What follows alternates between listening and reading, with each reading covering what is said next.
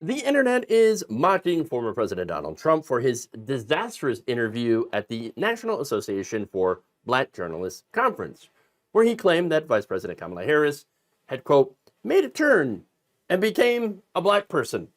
I didn't know she was black until a number of years ago when she happened to turn black, and now she wants to be known as black because she was Indian all the way, and then all of a sudden she made a turn and she became a black person. Yeah, apparently, Trump thinks that's something that you can do. You can just turn black. Okay. Now, that spawned the hashtag on social media, when I turned black. And this is really funny. A lot of people shared their stories of when they became black. Akila Hughes says, I turned black when the Spice Girls came out. Suddenly, I was Scary Spice in every playdate. Another said, this is, I'm Rana Terrell, says, I turned black when I opened a cookie tin and saw barrettes, rollers, and bobby pins. It's funny because I always remember cookie tins being full of sewing stuff. So opening that up as a kid is very disappointing, by the way. Hey, those are cookies. But there's more. Back to the post. Like a fine wino writes, after many hours of practice, I finally memorized Lisa Left Eye Lopez's entire rap break in the TLC hit Waterfalls. I can see a teardrop from my parents' eyes. It happened. Another said, when I realized the preacher saying, I'm almost finished, I ain't gonna hold y'all all day, meant we had another 2 hours to go. That's Eagle Eye 1906. And 16 the Kid writes, I transferred to a predominantly white middle school, and one day my less educated Caucasian compatriots asked me to stop speaking hood because they didn't know words like convection, which were on the worksheet, by the way. Wow. My melanin truly ascended that day, he added. Kit Jones writes, I was at my best friend's house and his mom invited me to stay for dinner.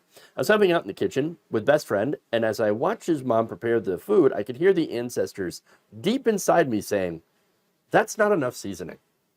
That's a good one. That's a good one. That's pretty funny. And Brandy writes, when I turned black, I technically haven't turned black yet. I don't know how to play spades, and I haven't seen enough Blackbuster movies like Harlem Nights and School Days. Fun times. And then, of course, Omar Jimenez on CNN made this joke talking about it.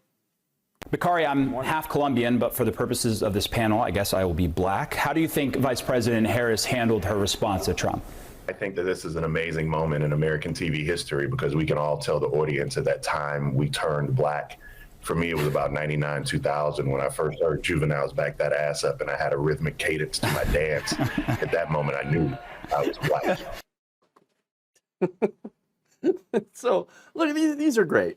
But there's a more serious post that came from Cat Justice who said this, quote, white people deciding who is black enough is a privilege I will never be able to have when it comes to white people. And I think that is incredibly true. I mean, it's a strange thing, you know, that that there are white people like myself, you know, that are actually out there saying things like, I don't know if that person is black enough.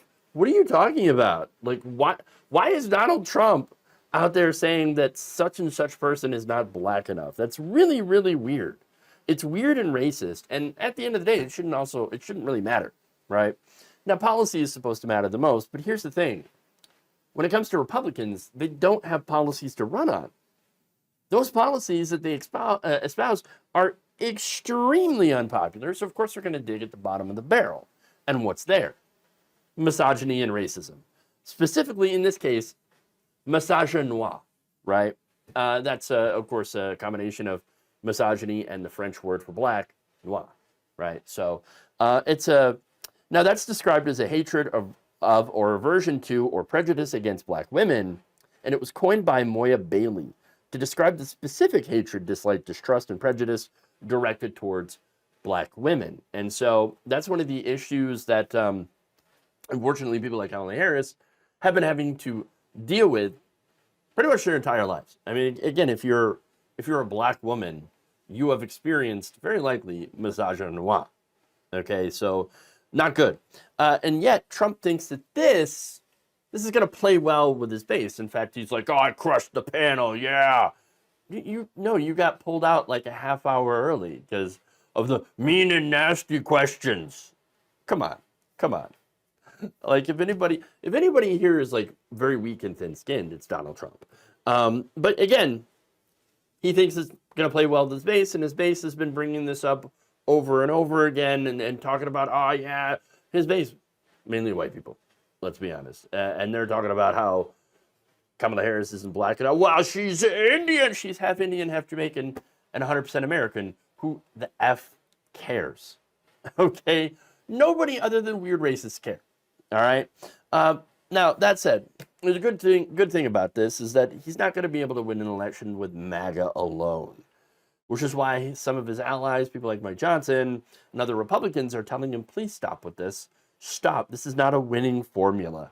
This actually might do more to turn off people who, may consider voting for him. On like things like economic policy.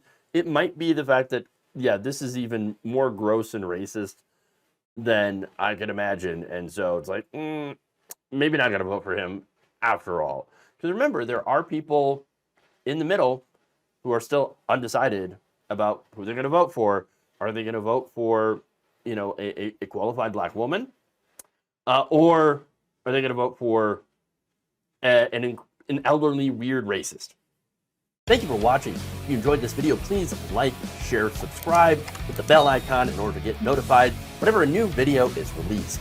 And if you want to support independent, progressive media through this difficult time where it seems like everybody is shutting down, you can become a member on our YouTube page, you can become a subscriber on Facebook, or you can go to my Patreon. It's patreon.com/Jeff Waldorf. Thank you.